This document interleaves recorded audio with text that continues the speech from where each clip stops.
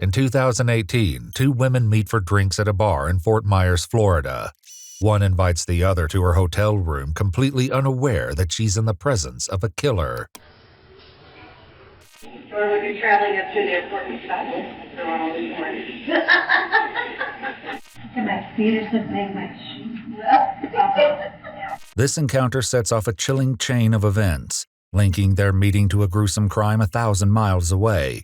Now, investigators across state lines must work together in a race against time to put an end to the ruthless crime spree before the killer strikes again. You're going to find a body there. Somebody better look. The following report is based on police records, and most of the footage has never been seen before until now. On April 9, 2018, dispatchers in Lee County, Florida receive a call from a motel manager with reports of a chilling discovery. 911, Village Emergency? Yes, this is at Marina Village, Snug Harbor down at Fort Myers Beach, and there's a dead body in one of the units. Her body's covered in towels and there's blood in there. The manager explained that several units were experiencing a plumbing issue, and every other unit had been checked except for room 404. When I walked in there, I said, front desk, and no one answered, and the master bedroom was closed, and all the stuff was there. So I didn't want to interrupt thinking there was nothing there. But my boss said, no, go in and make sure, because it could be in that particular bedroom. So I went back up, and I opened up the master bedroom, and the door to the bathroom was closed with towels on the outside of it. So when I went to open up the door, something was blocking it, and I got scared. Too afraid to investigate alone, the manager asked residents in the neighboring rooms to peek inside. Brave volunteers came forward to help, unaware of the nightmare waiting for them on the other side of the door. There was a towel against the door. The door was partially open. We tried to push on it, and we were hitting something. So I looked around the door, and she's laying on the floor with towels over her, and she was bleeding. You could see blood under her towel. The towel would look to be under her head. That's all I could see. Officers quickly arrived to find a woman lying on the bathroom floor with what appeared to be 2 gunshot wounds. A towel had been draped over her body, and the air conditioning was lowered to a frigid temperature of 61 degrees. The guest bedroom showed signs of use, and multiple wine bottles along with dishes piled in the sink indicated another guest may have been staying there. Whoever it may have been was nowhere to be found. Police discovered that room 404 was rented by 59-year-old Pamela Hutchinson, who was captured on surveillance checking into the Marina Village condominium 6 days ago on April 3rd. Barely made it by the bell. Pamela Hutchinson. How are you today? Good. You're right, the traffic was... Need your driver's license and a credit card. Pamela reaches into a small silver purse, which was later discovered in her motel room. However, her credit cards and identification were missing. More importantly, she checks into the motel alone, raising questions about who was in the room with her. Searching for answers, investigators continue reviewing the tapes, unaware of the unnerving mystery that's about to unfold. At 3:44 p.m., Pamela pulls into the parking lot of Marina Village in a white Acura with Florida license plates. Shortly after checking in, Pamela exits the elevator and heads to room 404 by herself. However, the following day, she's no longer alone. As she approaches the elevator at 8:13 p.m. on April 4th, she's now accompanied by another woman who bears a striking resemblance to Pamela. They appear about the same age, height, and build. Hey, what did you stay out all night, Ann, and sleep all day because you don't have any fun? Yes. And I actually slept all day. They're seen again the following day at 12:45 a.m. on April 5th, entering the elevator and once again heading toward the room. So, no, I like that. Yes, and we got 2 TVs in there. I don't know which one's to the grandkids. Or we'll be traveling up to the airport in Scotland for all this morning. I have to wear shoes now. My feet are slipping, my shoes. Further investigation revealed that Pamela was traveling to Fort Myers Beach for a funeral to be with her friend, who was scattering the ashes of her late husband. The friend last saw Pamela at lunch on Wednesday, April 4th, and later received a text saying she'd extended her stay to April 5th. However, when she sent a text to Pamela at 10 p.m. on Thursday, She received no response. Surveillance footage shows the unknown woman meeting with Pamela at a restaurant on April 5th at 5:14 p.m. They share a high five, engage in lively conversation, and have a few drinks at the bar. Over 2 hours later, Pamela pays for her meal with a credit card, while the other woman pays in cash. They leave the restaurant at 7:43 p.m. and are seen exiting the elevator and heading toward Pamela's room together. Pamela would never be seen alive again. The answers to what happened to Pamela are with the other woman, but she is now missing. As investigators review more footage, they note that on April 5th at 8:30 p.m., just 45 minutes after leaving the restaurant together, the unknown woman emerges from the room alone. Officers note that she appears distraught, upset, and possibly crying. As they continue observing the footage, the woman's next actions leave investigators deeply suspicious of her involvement. On the morning of April 6th at 6 a.m., the suspect heads to the elevator carrying the same purple luggage bag that Pamela had been seen with earlier. 2 hours later at 8:30 a.m., a woman claiming to be Pamela extends her stay for 3 additional days. She provides a credit card over the phone, but oddly, the card doesn't match the one used for the reservation. Minutes later, the suspect begins making several trips to and from the parking lot. Pamela's car is seen backing into a space in front of a white Cadillac Escalade. The suspect then begins to transfer items from the Escalade to the Acura. The Escalade leaves the parking lot at 12:42 p.m., but the suspect returns on foot nearly an hour later at 1:32 p.m., where she stays for several hours. Finally, on April 6th at 1:51 p.m., she heads for the parking lot and is seen driving away in Pamela's white Acura, leaving her body to be discovered 3 days later. The suspect has vanished without a trace, and as there's no record of her staying at the motel, her identity remains a mystery. Investigators are left with many haunting questions. Who is this woman, and what role could she have played in Pamela's death? The answers may lie over 1,000 miles away, where an unfolding investigation reveals shocking connections between the cases, far more twisted than anyone could have imagined. 2 weeks earlier, on March 23, 2018, a call is placed to the Dodge County Sheriff's Office in Blooming Prairie, Minnesota, where uneasy concerns soon lead to an alarming discovery. Could I speak with a detective possibly? My name's Greg Oswald. We have right up to the point of missing person here. My business partner, and there seems to be something seriously wrong. Okay, how so? Well, I haven't been able to talk to him for 16 days, and neither of any of the employees. He's never done this. Dave's never done this. In the 20 years I know him, he's very involved in our business, hands-on. Okay, and what is his name? David Riess. Greg further explains that the Prairie Waxworms farm is just 100 feet away from David's home, where he and his wife Lois reside. Thomas, the farm's manager, explained their concerns began 10 days prior on March 12th. Lois come down to the shed and told me that David was sick and he would not be down today, and she also wanted me to take care of the payroll because we get paid every bi-weekly. David having some health issues in the past, I did not think anything of that. Soon, David's co-workers became suspicious after unsettling differences emerged in their usual communication. The texts we were getting from his phone were not his texts. It just wasn't Dave's style. Dave didn't abbreviate, didn't punctuate, didn't.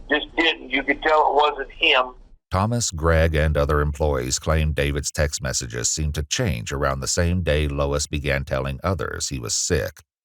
He does talk text. That's what he's always done, you know. And the ones I was getting was like all exclamation marks and commas and dots and thanks abbreviated with an X instead of spelling it out and stuff, you know. Okay. And he doesn't normally do that? No, he just texts and it spells out the full words. Despite their concerns, on Monday, March 19th, 8 days after he was first reported to be sick, Lois assured Thomas that David still had plans to attend a fishing tournament set to take place the following Friday. March 23rd, I watched the live weigh-in of the Cabela's Masters Walleye Circuit that David was supposed to be at, according to Lois. When they announced David's name, I did not see him, and I became very concerned.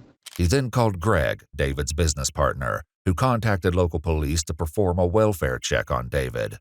Deputy Hoffman from Dodge County Sheriff's Office arrived at the house on March 23rd at 6:49 p.m., but no one answered the door.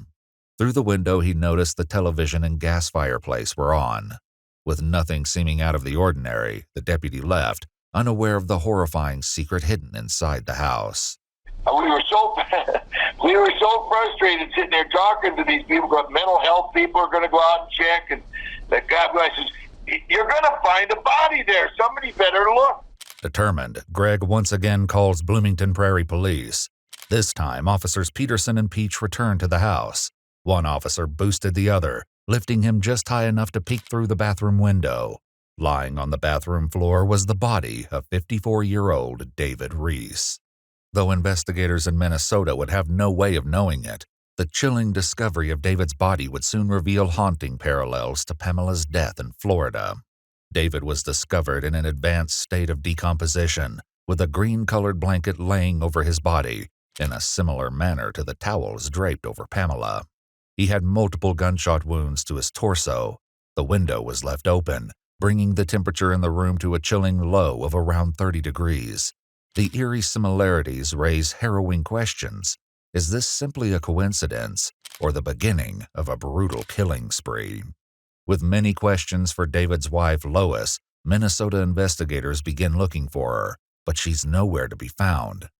In an effort to trace her movements, they review local business surveillance, starting from the last time the couple was seen together. On March 11th, David and Lois both enter their local general store. David walks out at 9:01 a.m. and would never be seen on surveillance footage again. The following day, Lois explains to Thomas that David has fallen ill and would begin using David's phone to text his co-workers.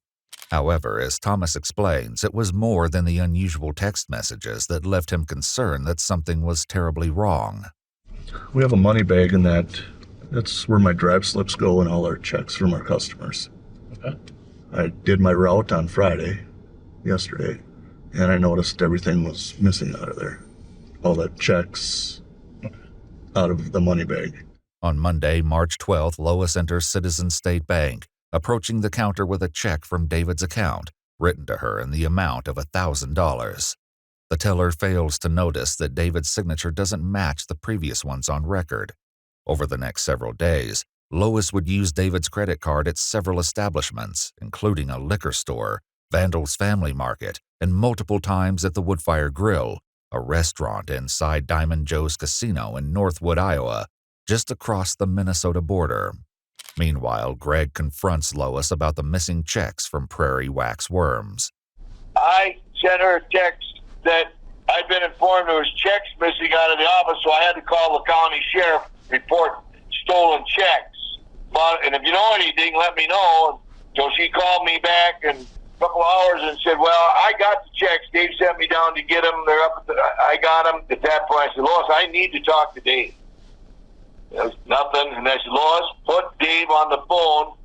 And the last thing she says, "Dave, don't roll over," and then hung up. On March 16th, Lois would return to the Citizens State Bank with another check from David's account, written to herself for $2,500.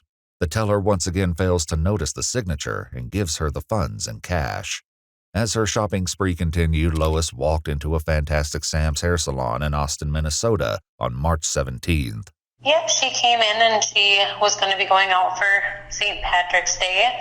She said that she was going to be going to Diamond Joe Casino, so she wanted her hair to look like Peggy Bundy and have it nice and big. 3 days later, on March 20th, Lois is once again spotted on camera at the general store, this time wearing the same hoodie that David was wearing on the last day he was seen alive. At this point, David hasn't been seen in 9 days. Over the next 2 days, Lois returns to the bank, depositing over $8,000 into David's account at the drive-thru, before transferring the money back into her account. I'm just in awe that they would take a check from one company to Prairie Wax Worms and let her cash them. But it looks like about $12,000 minimum, $14,000. Okay, so they were actually the company checks? Yep. Well, not Prairie Wax Worms. It was our customers' checks who had paid us, made payable to Prairie Wax Worms. Lois would hit the Diamond Joe Casino again on March 22nd, where her unusual behavior caught the attention of a casino regular. Just kept acting like she was real suspicious on who people were and what was going on, you know?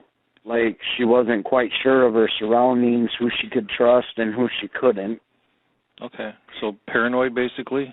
Yeah, kinda. Finally, on March 23rd, when David fails to appear on the fishing tournament's live stream, Lois steps into the Citizen State Bank for a final time. She presents a $7,500 check from David's account, writing spring trip in the memo. After the teller delivers the cash, Lois takes David's white Cadillac Escalade and vanishes. It would later be discovered abandoned on Fort Myers Beach in Florida. As a detective, you got any inkling if she's in an area? Do you think she's just... God damn it, I don't know how you get away. Nope, nothing so far. I just don't know. Detectives in Minnesota and Florida have yet to realize the shocking connections between the murders of Pamela Hutchinson and David Riess. But a lucky break will soon drive the two separate investigations toward a fateful collision. 3 days before Pamela's murder, Lee County Sheriff's Office in Florida had received a concerning 911 call. Hi, there's an ATV out for a Lois Riess from Blooming Prairie, Minnesota in Steele County. She just got out of her car at my Florida house. I also live in Blooming Prairie, so I know about the whole thing. She's in a white 05 Escalade. Okay, and if you do some research, it's Steele County, Minnesota, that's trying to find her. Okay, so she has a warrant, is that what you're saying? Yes, for the possible murder of her husband and for sure for embezzling charges. Earlier the same day, the 911 caller, Tessa's daughter in Blooming Prairie, received a call from a woman named Stormy Liberty, who claimed to be Tessa's friend and asked for her address. Stormy Liberty was later identified as an alias that Lois used when opening a cell phone account. She was gone by the time police arrived, and just 3 days later, Pamela's life came to a tragic end. Now, after Pamela's death, as one deputy reviews the security footage from the Marina Village Motel, he recognizes the woman with Pamela as Lois Riess, based on Tessa's 911 call from 3 days ago. I do rentals, so she had a little notepad like she was going to rent, but that's what I thought. And then she got out, and she saw me. I said, can I help you? And she looked at me and she said, oh, I'm in the wrong place. And she quick got into her Escalade. You said it was a 2005 white Escalade? Yep, pearl-colored Escalade. After being recognized in the surveillance footage, Lois is officially named a person of interest in Pamela Hutchinson's murder. On April 10th, investigators in Florida contacted Minnesota law enforcement, requesting a photo to confirm their suspect, and finally, information between the two investigations was shared. With evidence connecting Lois to more than one murder, investigators are left with the chilling question: is she finished, or is she planning to strike again? While following her trail, those who knew her begin to share a troubling history with investigators, one that hints at a possible motive for her ruthless actions. My grandpa passed away and she got her inheritance, and she was so unbelievably bored out there at that house. And the only time she was happy is when she'd have the grandkids out there, and she had them a lot. Okay. My kids and my brother's kids were there a lot. If she wasn't at, with us, like her kids or her grandkids, she was probably at the casino. And I had told my dad and I told her that I was getting concerned with how much she was going there. And she's like, Bria, it's just something for me to do. It's fun, but I don't have a problem. She blew through hundreds of thousands of dollars there. I had no idea it was that bad. With Pamela's credit cards missing, investigators begin to trace where they may have been used. On April 6th, a woman claiming to be Pamela Hutchinson entered a Wells Fargo and withdrew $5,000, as seen in still images provided by the bank. The distinctive white hat, sunglasses, and blue shirt are the same clothes she was wearing in the surveillance footage at Marina Village. So, does she have a gambling problem, or? Oh, absolutely.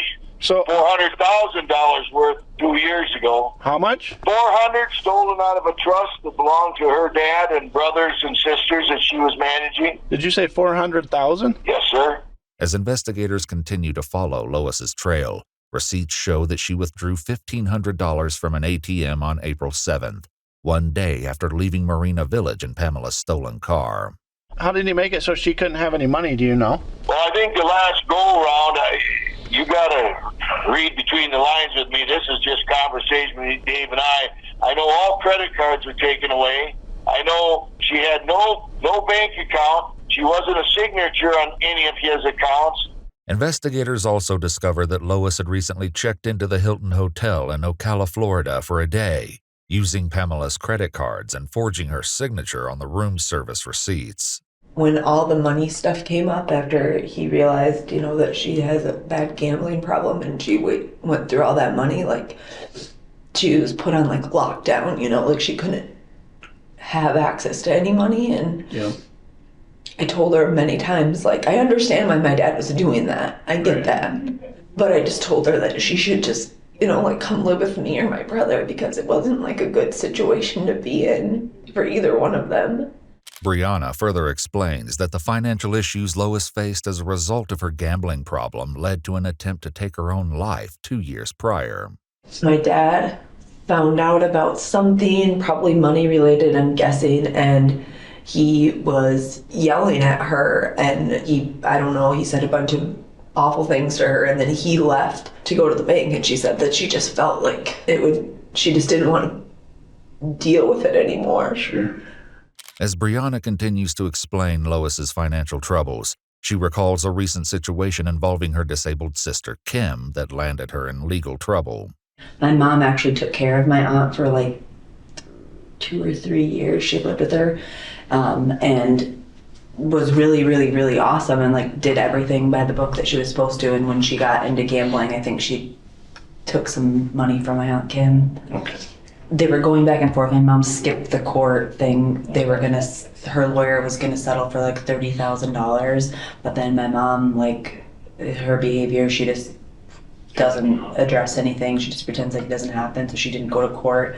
And because she didn't, they put a full judgment, so $100,000 is, I think, that they're trying to get from them. Yeah. Though Lois's alleged gambling history provides valuable insight for the detectives, they still have yet to establish her current whereabouts or the driving factor behind this horrific crime spree. With Lois's location and her motives still unclear, the fear that she may be armed, dangerous, and hunting for a new victim fuels their efforts as they continue following her trail. On April 8th, one day before Pamela's body was discovered, Lois attempted to use Pamela's credit card at an ATM in DeQuincy, Louisiana, but the transaction was declined. Investigators learned that Lois then traveled to another casino in Louisiana and won a $1,500 jackpot. As the interviews continue, one investigator brings up a possible concern that may make finding Lois an even more challenging endeavor. I was just wondering if she was could make it to where she looked something different with makeup beyond the hair color, that she had some kind of a talent of, what do you call the people out? Oh, makeup artist? Makeup artist, yes. But I don't think that, but I think that she was skilled enough with makeup that she could make herself look a little different. But I would say with a gambling problem, and now she's got time on her hands, she'll be at a casino. However, Lois's son Billy has a far more grim expectation for how this fugitive search may end.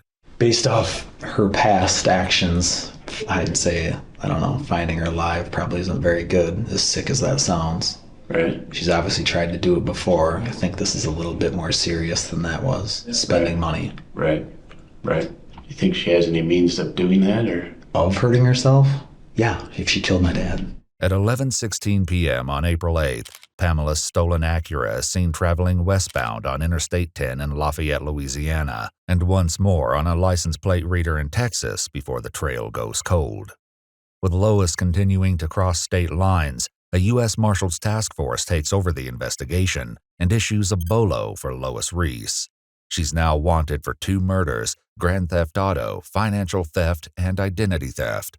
As the case gains national attention through widespread media coverage, she earns the nickname Killer Grandma.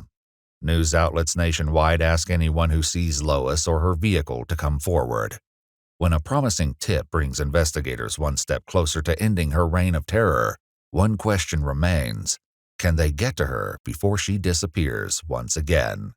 At 6:58 p.m. on April 19th, over a week since she was last spotted on traffic cameras, Lois enters Dirty Al's restaurant on South Padre Island in Texas, just 30 miles from the Mexican border.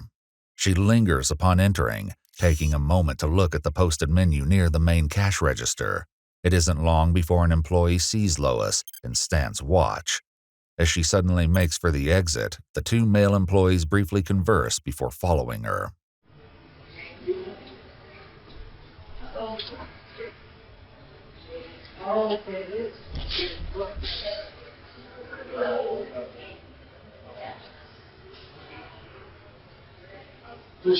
That's the Florida license plate. Well, she was driving a Florida license plate. Where? Right here, that white car. That couldn't hurt. The man takes down her license plate and local authorities are contacted.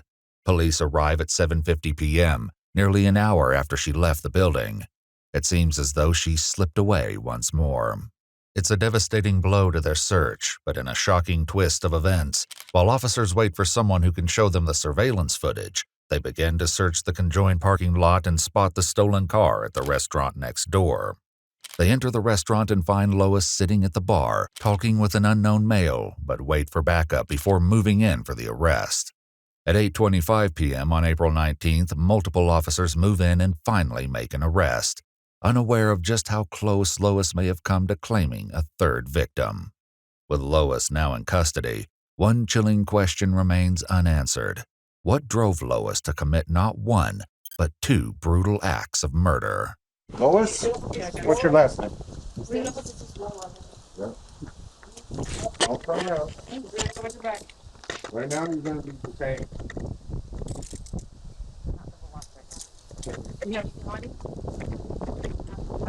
One detained. Double lock it. Okay, no. According to the man she was with, he and his friend met Lois at Padre Rita's Grill. She told them she was staying next door at the Motel 6 and was a widow searching for a place to live in South Padre. The jaw-dropping evidence in her motel room will later be found in a search by investigators. For now, the man explains that he and a friend went with Lois on April 17th for drinks before dropping her off at her motel. Both men found Lois to be completely normal, never witnessing any emotional breakdowns or outbursts, with one mentioning she was even flirting with him. Is your driver's license in here, ma'am? Yes. It is. The way I can run it real quick. How did you get here? I came here and those two cars out there. The car that you drove here. Maybe.